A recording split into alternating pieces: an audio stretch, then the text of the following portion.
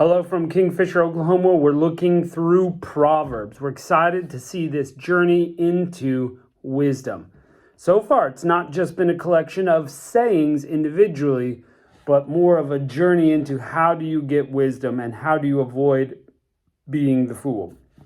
So let's see where that takes us today in Proverbs chapter 5. My son, attend unto my wisdom and bow thine ear to mine understanding, that thou mayest regard discretion, that thy lips may keep knowledge. For the lips of a strange woman drop as an honeycomb, and her mouth is smoother than oil, but her end is bitter as wormwood, sharp as a two-edged sword. Her feet go down to death, her steps take hold on hell. Lest thou shouldst ponder the path of life, her ways are movable, thou canst not know them. Hear me now, therefore, O ye children, and depart not from the words of thy mouth. Remove thy way far from her, and come not nigh the door of her house.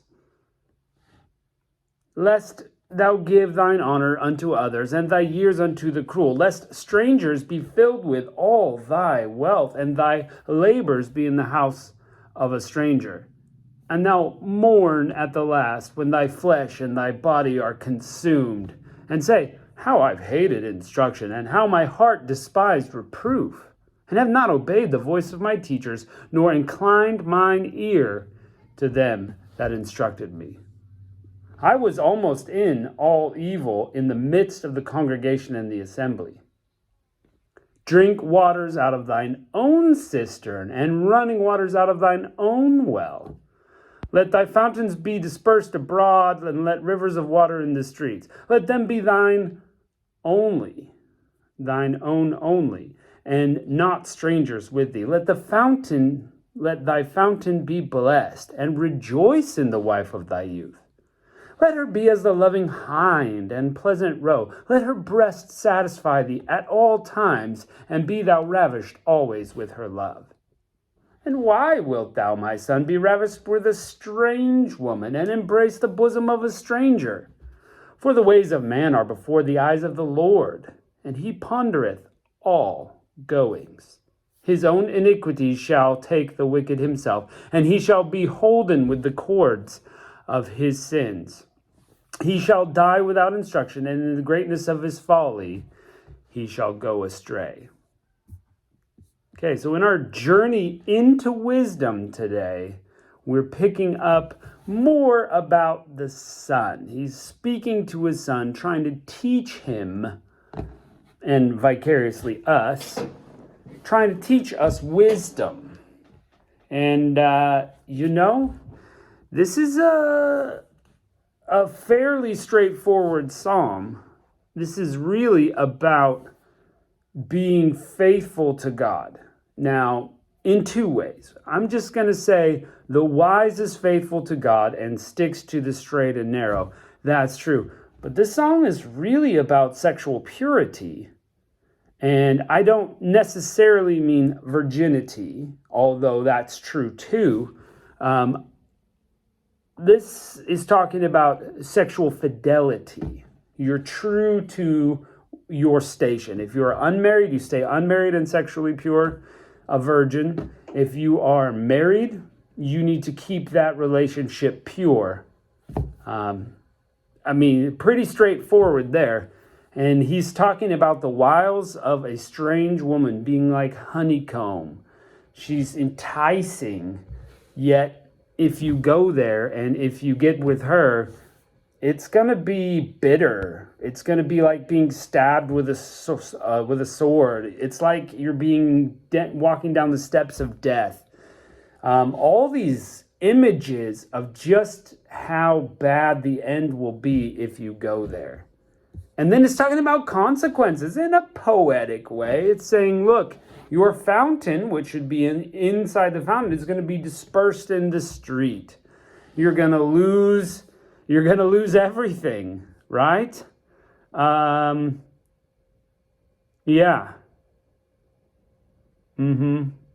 You could give away everything you have to a stranger. There it is, verse 10. Lest strangers be filled with thy wealth, and thy labors in the house of a stranger. Look, just like being drunk has all sorts of consequences, being sexually impure has all sorts of consequences. You know, you could be jailed, sued, beat up by an estranged lover, STDs, all sorts of things come with sexual impurity. But if we do it God's way, which is to stay virgin till married and keep sexual purity within marriage, you don't have any of those problems. You escape those negative consequences, and that's really what this is calling for, is to keep it pure within marriage. Let thy fountain be blessed. Rejoice with the wife of thy youth. Let her satisfy you. Just keep that relationship pure. You see, beneficial morality, my friends, God is not only saying moral statements, but they're also beneficial for us. We escape all those consequences. Think about what a mess our society is in. Children don't know their parents. They don't live with them. Divorce, all down the road because we don't do it God's way. Now, hear what I'm saying. I don't think I should have to say this, but I'm going to.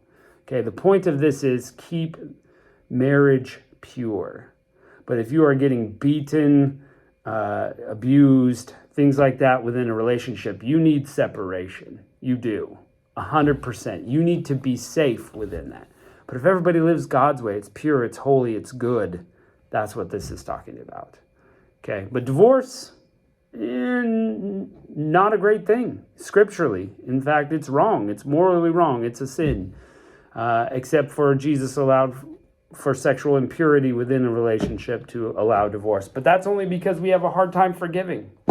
So, anyway, quite a proverb here, quite deep. And, you could read that several times. And if this is a struggle in your life,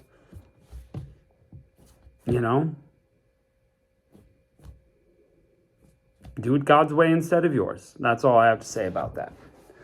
Let's jump into one more here. Proverbs chapter 6.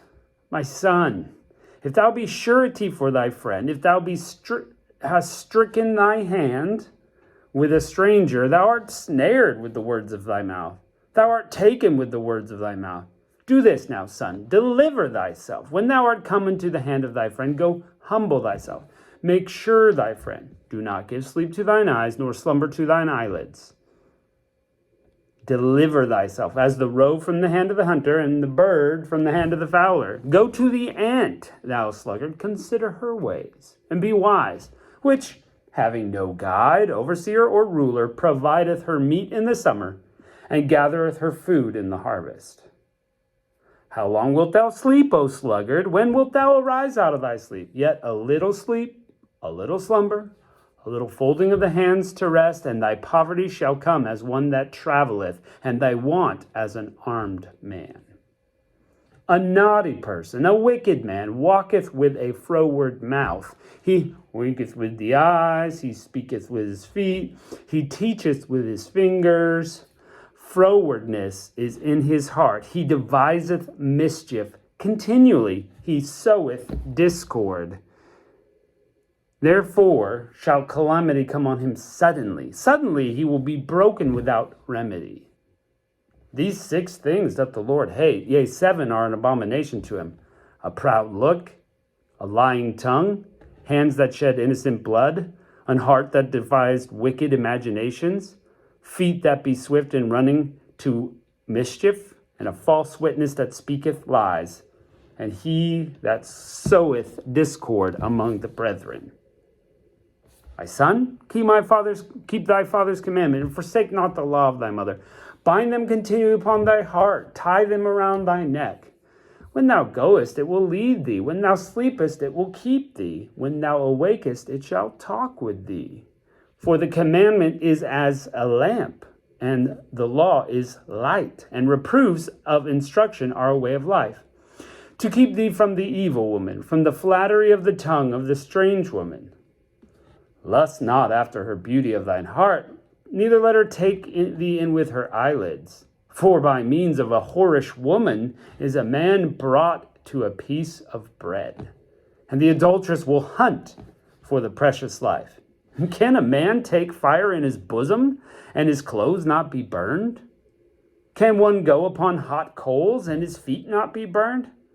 So he that goeth in to his neighbor's wife, whosoever toucheth her, shall not be innocent.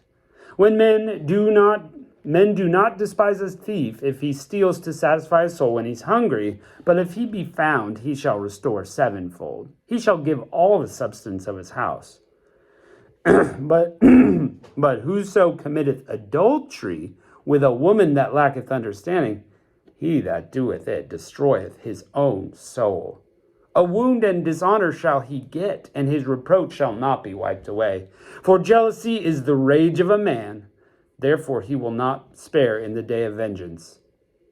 He will not regard any ransom, neither will he rest content, though thou givest many gifts. Okay, a lot of things here. Definitely a lot of things here. Look, if you've sworn to your hurt, if you've made a deal that's gone sour, you need to not rest until you can get yourself clear of it. It's like going to debt. You just need to get out, pay it off, get out as quickly as you can. You're in a bad deal. Go humble yourself. Do what it takes to get out of this bad situation. Also, go into nature. Look at nature. God made it. Okay, I don't want to say nature as in though it's its own entity, but God made it for our instruction. And here, look at the ant. She's a little tiny thing. But you know what they do? They gather food, they work hard, and then in the winter when it's hard, they're fine. They don't have to worry about it. We should be the same way. We should be working hard, storing up, and being wise with the things. Get wisdom from the things God created. Don't sleep at the wrong time. Yes, you need to sleep. Yes, you need to take a Sabbath rest. But that's not the same as being lazy. Don't be lazy. You need to work hard. Okay, if you're devising mischief in your heart continually, you're going to come to a bad end, and God hates it. There was a whole list of things there that God just hates. And that was a tool of parallelism of like, hey, we're going to do 6. Oh no, we're going to add one more. 7 things that God hates. And so we get a list there. How do we avoid all that? You take God's law, you take God's word, and you bind it to yourself. You put it in your heart, tie it around your neck, make it part of your life every day. Pour this wisdom in, and life will go smoother for you. You'll avoid all these traps and these pitfalls. Which pitfalls? Well, we talked about last chapter, this deceitful woman, this strange woman, this, perhaps, whatever, evil woman. It says, it takes 2 to tango, people. I'm not saying that. But he's saying you need to keep away from that. And he's especially telling men. Men, we've fallen into this trap too much, and sexual purity, boom, tanked it in America. But you know what? We're paying the price. We are paying the price big time. If we did it God's way, we wouldn't have destroyed the family. We wouldn't be destroying our bodies. We wouldn't be paying all these consequences like we talked about. And again, this chapter is saying the same thing. Look, don't even look at her. Okay, not even these e-prostitutes, right? People who are making that kind of money online. This is wrong. This is wrong. It's wrong.